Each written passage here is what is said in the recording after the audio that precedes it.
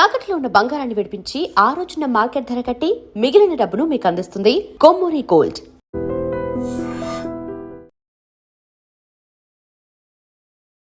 Media ప్రేక్షకులందరికీ ఉగాది శుభాకాంక్షలు. నమస్తే రమ్మగారు, మీకు కూడా ఉగాది శుభాకాంక్షలు అండి. ఉగాది శుభాకాంక్షలు జయ. ప్రేక్షకులందరికీ పరాభవనామ సంవత్సర ఉగాది శుభాకాంక్షలు. ప్రతి సంవత్సరం మనం చేస్తూనే ఉంటాం ఉగాది పచ్చడి. అంటే సంవత్సరాది న్యూ ఇయర్ని చేసుకోవడం ఇప్పుడు పిల్లలకి బాగా అలవాటైంది. కానీ మనకి సంవత్సరం మొదలు అంటే ఉగాది నుంచే మొదలవుతుంది కదా రమ్మగారు.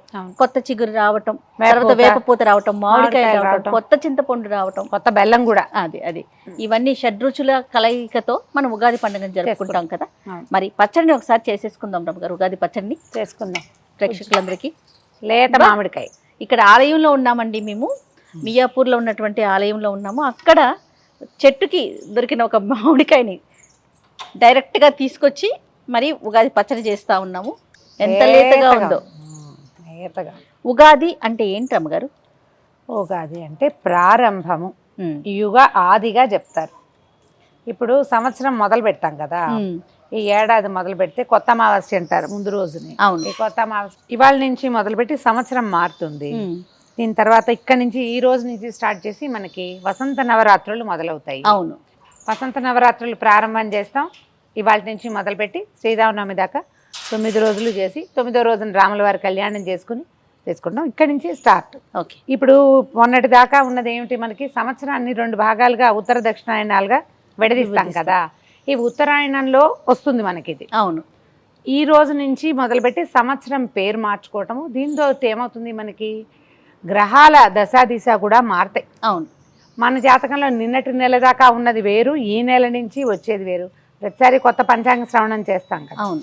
సో దానికి గుర్తుగా పైగా వసంత ఋతువు ప్రారంభం. ఋతువులు కూడా 6 ఋతువులు కదా. అవును. ఈ వసంత ఋతువు జీవితానికి ఆరంభంగా చెప్పబడేది ఇవాళ నుంచి మొదలవుతుంది. కాబట్టి ఈ రోజు చాలా ప్రత్యేకంగా చేసుకుంటాము. తర్వాత ఈ ఋతువులో వచ్చేటువంటి మామిడి కాయలు, చిన్న లేత మామిడికాయలు, వేపపూత, ఇవన్నీ తీసుకుంటే ఏంటంటే మనకి ఈ తర్వాత ఈ కాలంలో ఎండాకాలం రాబోయే రకరకాల సమస్యలకి ఇవి సమాధానంగా ఉంటాయని ఈ పద్ధతిని ప్రవేశపెట్టి ఉండుండొచ్చు బహుశా. ఉగాది పచ్చడిని అంటారా? ఎందుకంటే ఇవాళ నుంచి మొదలతోటే మనకి ఏంటి, వాతావరణంలో మార్పు, ఎండ బాగా తేజరిల్లటము. ఇవాళ వచ్చే ఎండే రేపు రాబోయే వానలకి ఇది కదా సూచిక. కాబట్టి ఇప్పుడు గట్టిగా ఎండ రావాలి. ఈ సీజన్లో వచ్చేటువంటి రకరకాల ఆరోగ్య సమస్యలు, ఇక దీని తర్వాత రాబోయేటువంటి పంటలు కానీ, పైర్లు కానీ, లేకపోతే ఫలవృక్షాలు, మనకి మామిడి తోటలు కానీ, ఇవన్నిటికీ కూడా గుర్తుగా జీవితంలో ముందు వెనకాల ఉంటాయని చెప్పడానికి షడ్రుచుల మేళవింపుని తీసుకుంటాం మనం. ఇందులో 6 రుచులు కలుపుకుంటాం ఉగాది పచ్చడిలో. అవునండి. ముందు మామిడికాయ ఏమో వగరు, వేపపూత ఏమో చేదు. 2 స్వాభావికంగా చెట్టు మీద నుంచి కోసి వాటిలో కలుపుకుంటాం. కొంచెం ముందే కోసి ఎండబెట్టిన చింతపండు, ముందే వండి సిద్ధం చేసుకున్న బెల్లం. అన్ని రుచులకి మూల కారణం ఏంటంటే ఉప్పు. కాబట్టి ఉప్పు, కారానికి మిరియాలు వేసుకునే వాళ్ళు పూర్వం పచ్చిమిరపకాయలు వేసుకుంటాము. ఏది అవకాశం ఉంటే, ఏది అలవాటు ఉంటే అది. వీటిలలో బాగా కలవడానికి అరటిపళ్ళు, జామపళ్ళ ముక్కలు, దానిమ్మ గింజలు, మన రుచులు. తెలంగాణ ప్రాంతాల్లో అయితే పుట్నాల పప్పు అవి కూడా వేస్తారు.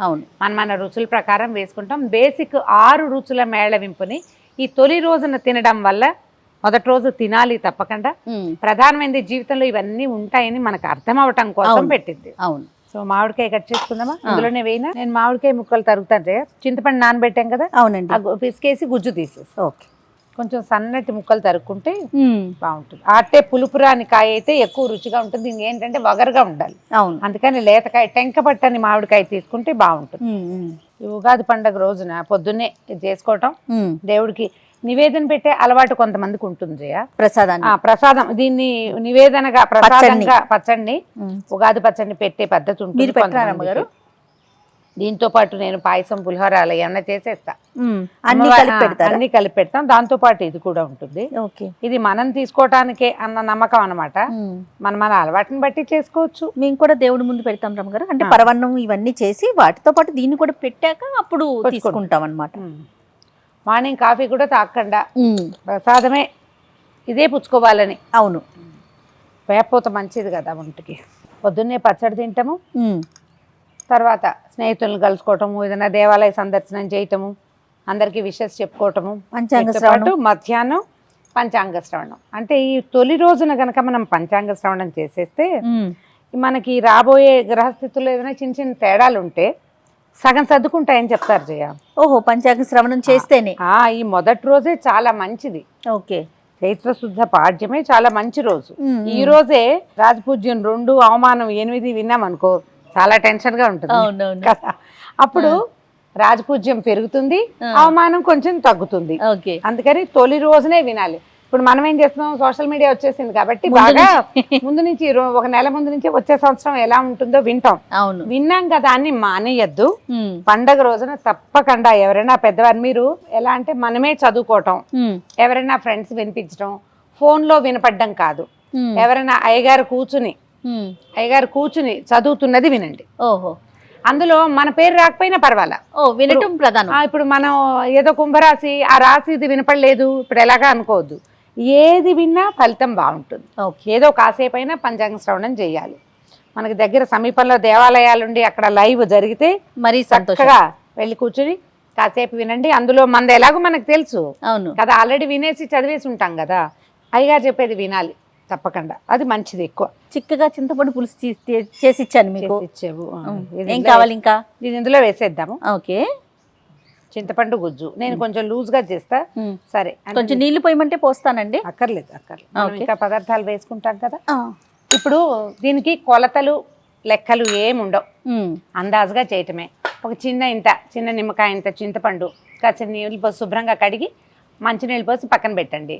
ఒక 10 నిమిషాలు పావుగంట నానితే పిసికాక అది చక్కగా గుజ్జు వస్తుంది.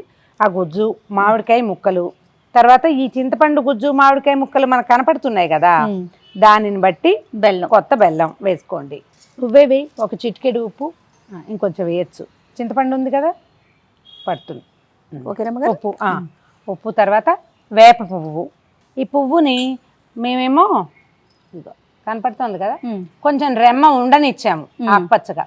మరి చిన్నపిల్లలు ఉంటే ఈ ఆకుపచ్చ రెమ్మ రానివ్వకండి. ఆకుపచ్చ రెమ్మ ఆ కొమ్మ తాలూకు చిన్న దాంతో చేదు ఎక్కువ తెలుస్తుంది. అవును, నేనైతే వేప చిగురే తినేస్తాను జయ. అవును, మీరు బాగా తింటారు కదా. చిగురు కనపడిందంటే ముందు అది కోసి నోట్లోకి వెళ్ళిపోవాలి అంతే.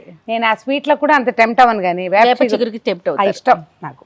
ఇగో అది కనపడుతోంది కదా. తర్వాత ఒక పచ్చిమిరపకాయ చిన్న ముక్కలు తరిగి వేసేసి, మీరు పచ్చిమిర్చి వేసుకోవచ్చు, మిరియాల పొడి వేసుకోవచ్చు, మన చాయిస్ ప్రకారం వేసుకోండి. ఈ బెల్లము చింతపండు చక్కగా కలిసేలాగా కలిపేస్తే, తీర్థానికి తీర్థం ప్రసాదానికి ప్రసాదంగా చేయకూడదు, అంటే నీళ్ళుగా ఉండకూడదు. అది చిక్కగా ఉంటే చేతిలో పెడితే ఈజీగా నోటితో తీసుకునేలాగా ఉండాలి. ఒకరు కొంచెం పలుచగా కూడా చేసుకుంటారు, అదే స్పూన్ తోటి తింటారు వాళ్ళ అలవాటు, కానీ ఇలా చేసుకోవచ్చు అని చెప్తున్నాను నేను. చాలా రమ్మగారు, చాలు. నేనేం చేస్తానంటే సన్నగా పొడుగు ముక్కలు తరిగి వేస్తాను, అప్పుడు తీసేయటానికి వీలవుతుంది అన్నమాట. ఓకే, అరటిపండు అన్ని పదార్థాలు వెళ్ళిపోయినట్టే. మిరియాలు మనం ఇవి వేసాంగా, ఇంక ఇప్పుడు మిరియాలు వేసాం కాబట్టి చాలు. ఒకటో రెండో అరటిపళ్ళు ఇచ్చేసేయి నాకు. ఇది లూజ్గా ఉంటే అరటిపళ్ళతోటి బైండింగ్ బాగా వస్తుంది అన్నమాట. ఇంకొక అరటిపండు ఇవ్వు, అది వేస్తే సరిపోతుంది. అరటిపండుని రుచుల్లో ఒకటిగా భావించద్దు. మనం 6 రుచులు ఏంటి, ఉప్పు పులుపు కదా, అంతే, తీపి కారం చేదు వగరు 6. ఇది కేవలం బైండింగ్ కోసమే వేసుకుంటాం. మొదటి ఉప్పు, రెండోది పులుపు చింతపండు, తర్వాత తీపి కారం, ఓకే, తర్వాత వగరు చేదు ఏదో దాంతో పాటు వేసాం, అంతే. అయిపోయింది, రెడీ మన ఉగాది పచ్చడి. ఇందులో మీరు జామ పళ్ళ ముక్కలు వేసుకుంటారు, దానిమ్మ గింజలు వేసుకుంటారు, పుట్నాల పప్పు వేసుకుంటారు, అవన్నీ మీ చాయిసే. ఇది మా వైపు చేసే పద్ధతి, అంతే రమ్మగారు. నచ్చితే ఇలా కూడా చేసుకోండి. మీ ఇంట్లో ఏదైనా ప్రత్యేకమైన విధానము పద్ధతి ఉండి దాన్ని ఇలా పలచగా ఉంచాలి, గ్లాసులో పోసుకుని ప్రసాదం అందరికీ కప్పుల్లో పోసి ఇవ్వాలి అంటే అలా కూడా చేసుకోవచ్చు. ఇది బేసిక్ పద్ధతి అయితే ఇంతే. దీనికి ప్లస్లు మైనస్లు ఎవరి ఇష్టం వాళ్ళది. ఎస్, ఇంకా దీన్ని మనం దేవుడి ముందు పెట్టుకుని నైవేద్యంగా పెట్టి మిగతా ప్రసాదాలతో పాటు తర్వాత మనందరం తీసుకోవటం ఒక అలవాటు. అలా లేకపోతే డైరెక్ట్ గా ముందే ప్రసాదాన్ని నోట్లో వేసుకుని తర్వాత పూజ ప్రారంభించుకోవటం ఇంకొక అలవాటు, ఇంకొక పద్ధతి. మన ఇష్టం, మనకి ఎలాంటి విధానం మన ఇళ్లలో ఉందో అదే విధానాన్ని అది అవలంబించండి, సరిపోతుంది. రెడీ చేయ ఉగాది పచ్చడి రెడీ అయిపోయింది. చూడడానికి బాగుంది, చూడ అందంగా. సో భగవంతుని ముందు పెట్టి ఒక దండం పెట్టి సంవత్సరం అందరికి ఆయుర ఆరోగ్యాలతో అష్టైశ్వర్యాలతో అందరం సుఖంగా శాంతిగా సంతోషంగా ఉండాలని కోరుకుందాం. అంతేనా రమ్మగారు? అంతే. మరొకసారి ఐ డ్రీమ్ మీడియా ప్రేక్షకులందరికీ మరొక్కసారి ఉగాది శుభాకాంక్షలు. బాగా వచ్చింది కదా, సూపర్, చాలా బాగుంది రమ్మగారు, అన్ని రుచులు తెలుస్తున్నాయి. యాక్చువల్గా ఉగాది పచ్చడి కప్పుల్లో వేసుకుని చెంచాలతో నాజుగ్గా కాదు, ఇలా అది కరెక్టే. అది నాలుకకి అలా తేలిగా తెలియాలి, బ్రహ్మాండంగా ఉంది. And for more videos, Please subscribe to iDream. Please subscribe to iDream. Please subscribe iDream. And please subscribe to iDream. For more videos, subscribe to iDream. please like, share and subscribe to the channel. Congratulations, iDream. Subscribe to iDream. Subscribe to iDream. So subscribe to iDream Media. iDream ki iDream team andarki huge congratulations. Please subscribe iDream Media. Please subscribe to iDream. Subscribe iDream. Please subscribe to iDream. iDream అంటే నా కళల ఛానల్ను subscribe చేసుకున్న నోరు తిరుగుతలేదు, మీరైతే గంట గుర్తు కొట్టండి. For more such videos, please subscribe to iDream.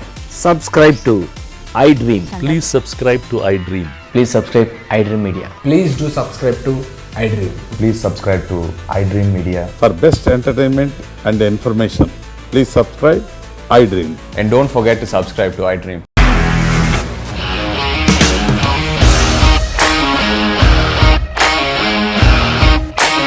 ఇండస్ట్రీలో కమిట్మెంట్ ఇష్యూస్ వస్తే నీకు కూడా వచ్చినట్టు మార్నింగ్ తీసుకెళ్ళాలంటే కొట్టి పడేస్తారు.